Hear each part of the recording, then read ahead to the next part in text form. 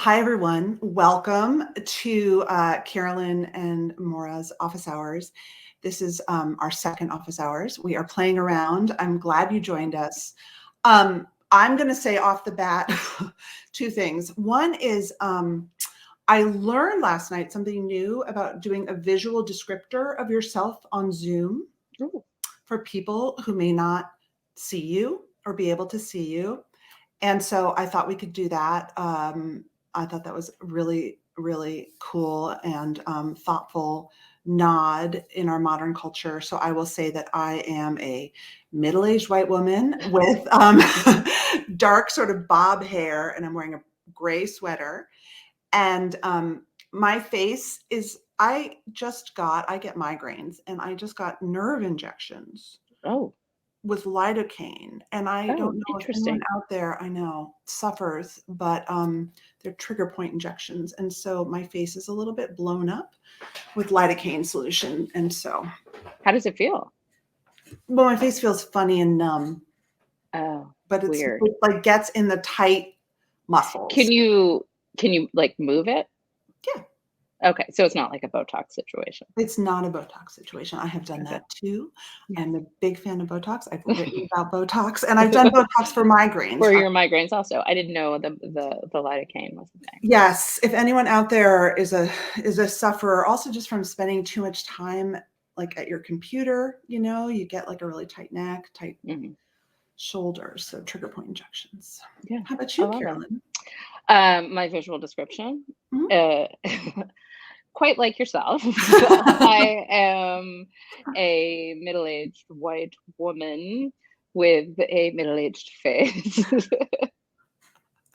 And long hair because I haven't had a cut in quite some time. Oh, really? You're still going Yeah, with the I pandemic. just let it go. I let it go wild.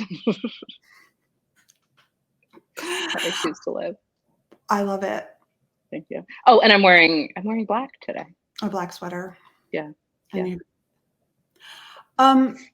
so I wanted to start off. I wanted to talk about the death of Twitch. And if anyone Mhm. feels like this is triggering for them, please, you can step away and come back. But I don't know. You said that you were feeling it deeply. So for anyone who doesn't know, um, a very famous dancer, entertainer, um, committed suicide. Was it yesterday or the day before? I'm not I don't sure. know exactly when. And Stephen Twitch Boss, I was going to look up his last name because I blanked on it for a second, who was known professionally as Twitch. And, I think a lot of people, because of the power of the reach of what he did, like really felt like they knew him. Hmm. And he killed himself. And it's been a huge story in the news and a huge talking point. I've seen it all over LinkedIn. Yeah, and it's so sad. It's There's something really funny about him. I think is that like I kind of felt like until yesterday I was like the only person who knew him, which of course is ridiculous. But there are those sorts of like people in the public eye who are so personable and so warm that it starts to feel like you really are connected to them in a way that other people aren't. And you can really feel those losses so intensely. yeah. I think he had that ability, right, to make you feel like you knew him. And I always think whenever we lose someone publicly who a lot of people love, it's always such an interesting moment because it's a moment when you sort of stop and you take pause and you reflect on your own life. But his suicide has been covered pretty in depth by the press. They've talked Mhm. about how he did it, where he has young children, and I've seen a lot of mental health advocates really speak out about that. There's always this dance. I remember when Kate Spade and Anthony Bourdain both died by suicide. There was this both need, people wanted to know because these were beloved people in our eyes, but yet there's an ethical line there and a mental health line. Can you Well, talk yeah, about that? Yeah, I mean, there is a true thing. Like you can look at, and I of course don't have this data at my fingerprints, but at my fingertips. Um, there is a certain amount of suggestibility to it. Mhm, So even talking about it kind of makes it present and an option for people who might not have been there. And there certainly are suicides that are, sometimes you can look back and be like, oh, this person was preparing. mhm, But a lot of the time, it can be a slightly impulsive thing. So putting it into the ether is a little bit dangerous, and that's mm, part of why, every single story has the like, please contact the National Suicide Helpline. yeah, And certainly there are, in my world, you're kind of like trained to understand who is more likely to attempt than who might else. He fit a lot of those profiles. But again, I don't know him. mhm. That's like based on age and gender alone. Men. Um, yeah, men in their 40s, typically, um, and uh, I don't know how much we really want to talk about it, but like, women may sometimes be more likely to attempt. They're more likely to have an unsuccessful attempt, which isn't necessarily intention. But I think the really scary thing is that um, it can be, in talking about it, is that it can be something that within a 15-minute window, decide to do and execute. And then, of course, there's no going back. And that's what makes it so scary. Right, right, right. And men, especially, I think I remember reading they tend to be more impulsive than women also. I don't know if that's totally true across the board, but I could look into it. But it certainly, when it comes to these mental health driven decisions, that can be true. Yeah, that's what I'm. Yeah. If you have a comment or you want to ask a question, please pop it in the chat.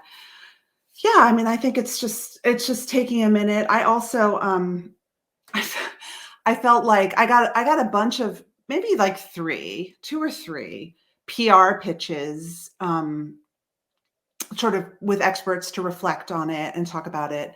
And that both feels like really icky and also like, okay, yeah, maybe we should be talking about this. I'm talking about it, we're talking about it. And I think that there's always that moment also in the sort of like thought leader media industry when you're like, do I inject my voice in this or do I just honor the moment and let it pass? Yeah. But And there's the icky part of media that I think we can acknowledge, which is like, this is like, God, I hate to say it, it's like a bit of a holiday story, you mm, know? It's like a check in on your family and, all that stuff that kind of drives it. Like, let's be grateful for what we have. And that really misses the mark. Like, something terrible happened. We should mm. acknowledge that terrible things can happen and then think about how to prevent against it, I think, in the future. Like, and ideally, this was preventable. Like, we're never going to know, and we shouldn't. We shouldn't know why. I, it, it's so deeply personal and individual. And I feel like that, like, as a public figure, peop public figures have to give a lot of themselves. And I do really think, having worked with a lot of them, that there have to be boundaries. That, Mm. like, I really support when public figures are vulnerable about um, causes and things that they hold dear, but I don't think they have to expose all of themselves. And that can just be such a confusing place to be. It's almost like now also being a public figure, we expect you to expose more. Yeah. Yeah, I mean, and that, I think that was part of why people felt so connected to him. Like, he was, dancing on Instagram and his kids would walk through and you would, like, see that relationship a little. So it's so easy to feel close to someone, and we didn't know him. Yeah. Is it ever bad? This is a personal question as much as anything. Is it ever bad to talk about mental health publicly? Like, when is it bad? Is it ever bad? I mean, I think you have to be aware of the risks, especially with something like this. Mhm. I think there's some, um, I think it can be dangerous to talk about mental health for you and for others if you're not really, like, if you're in the middle of it. And I'm thinking, I'll just share what I'm thinking. I'm thinking about like all the eating disorder Reddits, which, maybe started as like a place of sharing and then became tips, you Mm. know? So if you're not really on the other side of it, I wouldn't, you can be honest about it being like a continual struggle. But if you're still counting almonds, probably you don't want to be in a space of sharing in a very detailed way. I can only think of a couple times when I've had guests. The danger in what I do, right, is I'm asking people to be vulnerable and share the horribleness of what they've been through. And usually it's people who are either, you're never really on the other side, but they might be in an okay place Yeah, where they feel like, okay, for example, if you have bipolar, you're managed, you're okay. Like maybe 2 weeks down the road or you're 12 not. years that you're not, but you're like, okay, at the moment to talk about it. But I've had a couple of interviews with people that I felt like they were super raw. Mm. And and that's you always feel a little bit like, am I exploiting? Am I, or is this good for them somehow? They asked to do this. They asked to do it and they don't have second thoughts about it. Nobody's ever come back. You Yeah. know what? Touch wood. I can't believe it. No one's ever come back. That's great. That's I think great. Brene Brown calls it a vulnerability hangover. Yeah. And I've had a couple of guests say, I'm going to have a vulnerability hangover. But of course we edit and, Yeah. um, and no, it's amazing. Yeah. Yeah. I mean, I think, I guess now we're talking about celebrity. It's just so complicated because I think that there are, and of course, I'm thinking about my time doing PR for a record label and all of those people. You could sort of see them as their careers building, as they're kind of becoming famous, like starting to understand and craft like interview after interview, like what resonates, like what is actually my hook. Right. And then all of a sudden, like, let's just take Jewel, like, you know, she's like, okay, well, like I lived in a camper van and I'm not maligning Jewel, but like then that's her thing. She's this like natural wonder. And part of me was always like, you sure you want to hold on to that? Because you're wearing Prada shoes. Like, is this still the message you want out there? Because that was authentic to you a long time ago. That's not who you are anymore.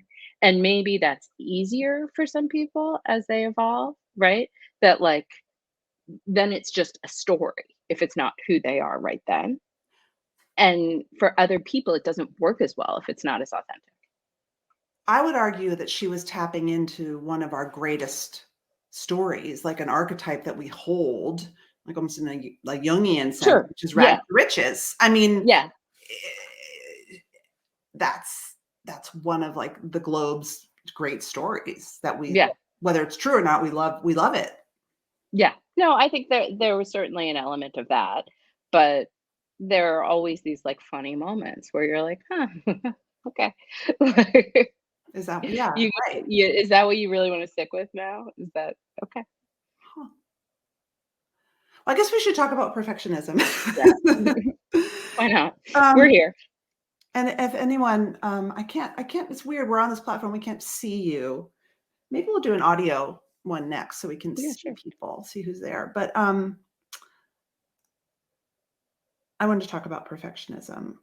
First, I want to ask you to define perfectionism as you Yeah. might in a Let me get my notes. There's a big difference between what everybody refers to as perfectionism and actual clinical perfectionism.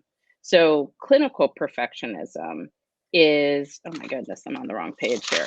is the basically, and now I'm not going to be able to give you because I'm on the wrong sheet.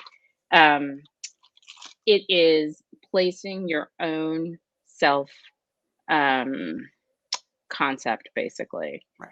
on the idea of achieving a specific goal and then feeling completely devastated when you don't get all the way there. Mhm. So it's and so then like once you're in that spot, if you're not going to be able to achieve what you really think is the ideal, and when not achieving the ideal is soul crushing, when it really compromises your sense of self, you begin to avoid those tasks. Mm. So, the whole thing is like progress, not perfection. Right. Or If you you, might, but yeah, go ahead. it's my understanding also that you might achieve the goal, but you discount it. Um, Sometimes, and then but sometimes then, like, you do achieve the goal and you're like, "Okay, I did this," and it doesn't feel gratifying at Exactly. all. You're there and you're like, "Oh my god, what's next?" And, like, "Did I actually get here? I'm not even sure. This seemed very achievable." So it's not at all like the healthy thing is striving for excellence, not, like, Define that. getting out of this totally fixed mindset that you are defined by your performance. Right. Like, your self-concept has to be able to, um, encompass struggle too, and, like, work towards something. It's not the achievement, it's the process. And it's so funny. I was revisiting an episode. I'm just Googling it. I'm revisiting an episode that I recorded with John Moe, who's got clinical depression and Yeah, had a great podcast called The Hilarious World of Depression, and now has a show called Depression Mode. Both podcasts are fabulous. And he had interviewed David Freese, who's a Major League Baseball player who who lived in the sort of perfectionist world of what ifs, like if mhm, only, right? mhm, And if onlys, and David said when he won the World Series, because it had been, if only I win the World Series, yeah, I'll be okay. I'll I'll feel forget complete, like the yeah, full stop. And then he was in a World Series winning team, and it felt like yeah, the hole is still there. yeah, yeah, and I think, like, people, just because of the way we use the term, think that perfectionism means success, Right, and it doesn't. It's a really limiting thing. right, And it over time, what it really means is that you're unlikely to take risks or try things. right, right. Yeah. Because the fear of failure is too great. Yeah. It's fairly rare in its like true clinical form. Really? Yeah. I mean, the percentage, it rides along with Mhm. a lot of other like more widely known disorders. So anxiety, depression, Right. those And are much more pervasive. And I know. sometimes it's just like a manifestation of those things. Sometimes it's a standalone. But, So like, now, true oh, go ahead. no, you go ahead. Go ahead. I was going Just, to like, my true question. perfectionism on its own is, like, fairly rare. Wow. So Matthew Williams, hi Matthew, is procrastination a common symptom of perfectionism? Yes, it is.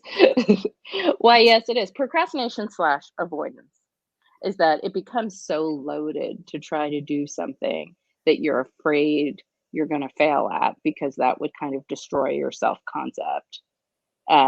Why would you ever put yourself up for that? It's easier to just, like, watch Netflix than to Mm. face those fears.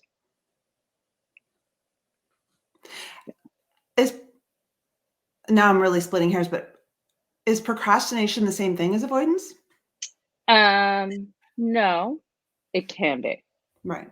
Like, avoidance is truly just, like, sort of leaving the room, right? Being like, "I don't see it, it's not happening." Sometimes that leads to procrastination.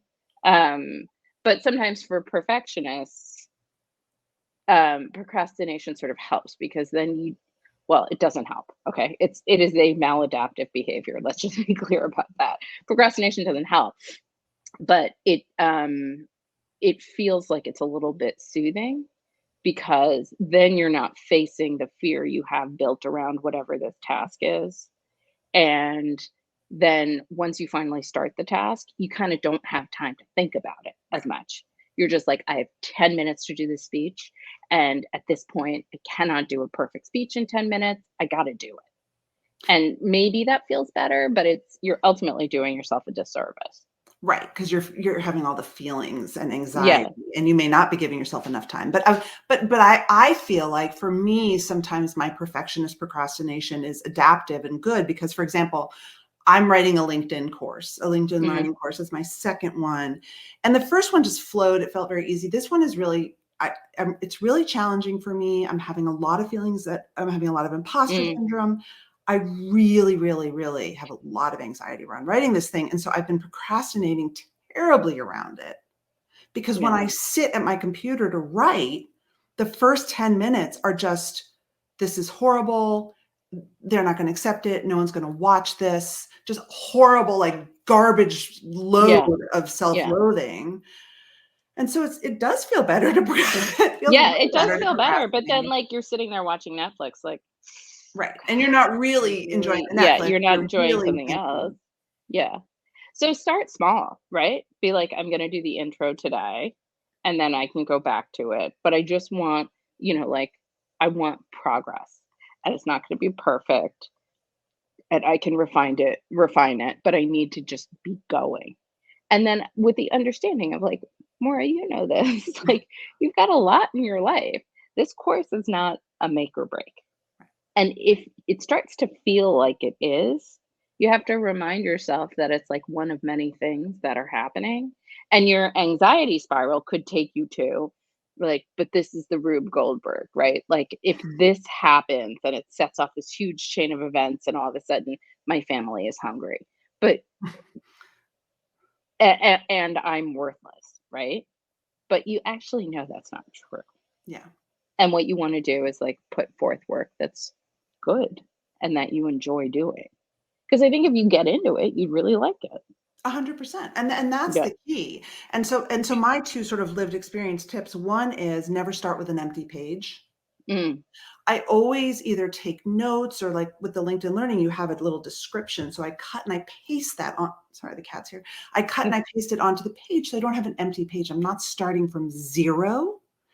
And the other is I put hour limits around things. So progress, mm, right? It's all about yeah. progress. So for me, it's like if I just work an hour on it, I've done it. That's enough for today. I know that if I work an hour on it, I'm going to get there. So I recommend Yeah. to people if they're feeling like procrastinating feels better, putting some time limits on how long you're going to work on the thing that scares Right. you is super Yeah. helpful. Yeah.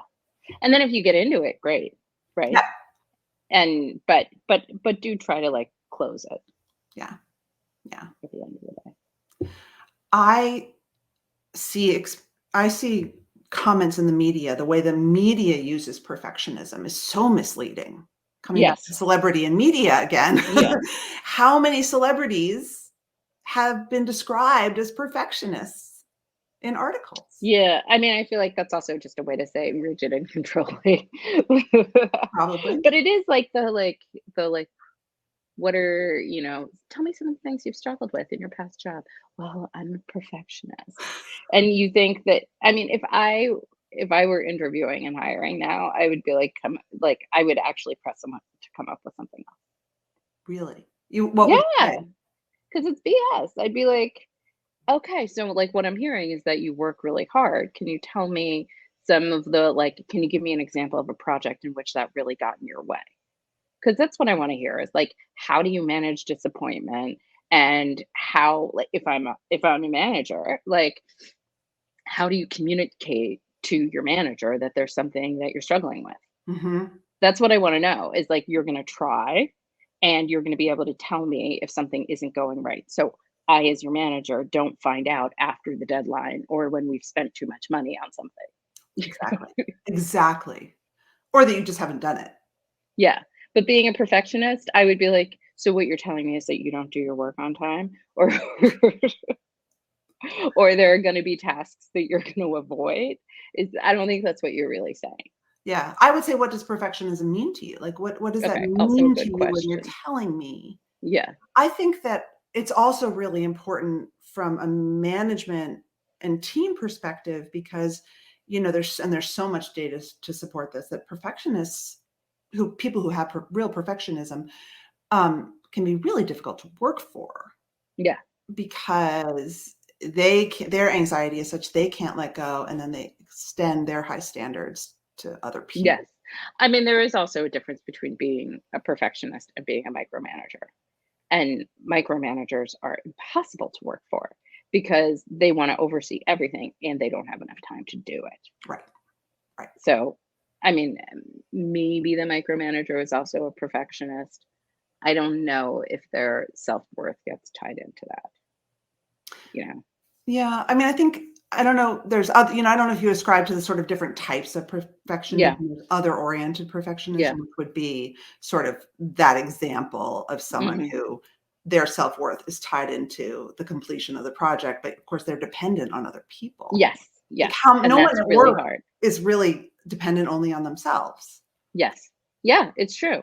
And that is, I feel like that's a struggle for most high achieving people Yes, is like you have a system in which you know you can accomplish things and now you're reliant on someone else who does it differently, and it's very hard to like be like this might not work but it also could. And maybe it would be better, and I have to like surrender some control here to let that happen, otherwise I'm going to do it, and that's not what I want either. exactly. How many parenting articles have you read where it's like, and this is so gender stereotyped, Yeah. you know, yes, your husband's not going to feed the kids as well as you do. Oh, right. They Yeah. might eat hot dogs every day, but you just have to surrender that because you shouldn't be feeding the kids every day, you know? So, I I feel mean, like I that's such a hear that. trope. I also like to think, you know, like, don't you want your partner to have a relationship with your kid? And maybe that relationship is different, but that's also good. Right, Even if that relationship is hot dogs. right. Or when it comes to my in-laws, chocolate chip cookies for breakfast and iPads all day long. iPads all day long, Yeah. 100%. And it took me a long time to be like, that's actually good. Let them be fun. That's fine. But to the point, part of your self-image as a parent, I know, is around like, my kids don't watch iPads all day long. Yeah. They don't have iPads. That's why they're so excited when their grandparents come. Exactly. And so you're like, wait a minute, what kind of Yeah. parent am I if my kids are watching iPads all day long? But actually, it's not. That's funny. Like that is not. It's not my self concept. Uh, It's that I have some judgment around it that I have to check. right. That I'm like, you could just play a game of Uno. Like, would that be so hard? I thought that's what grandparents did. Yeah. No, iPads. But yeah, I mean, there and that brings joy. So great. Like, isn't that what I want? Yes, it is.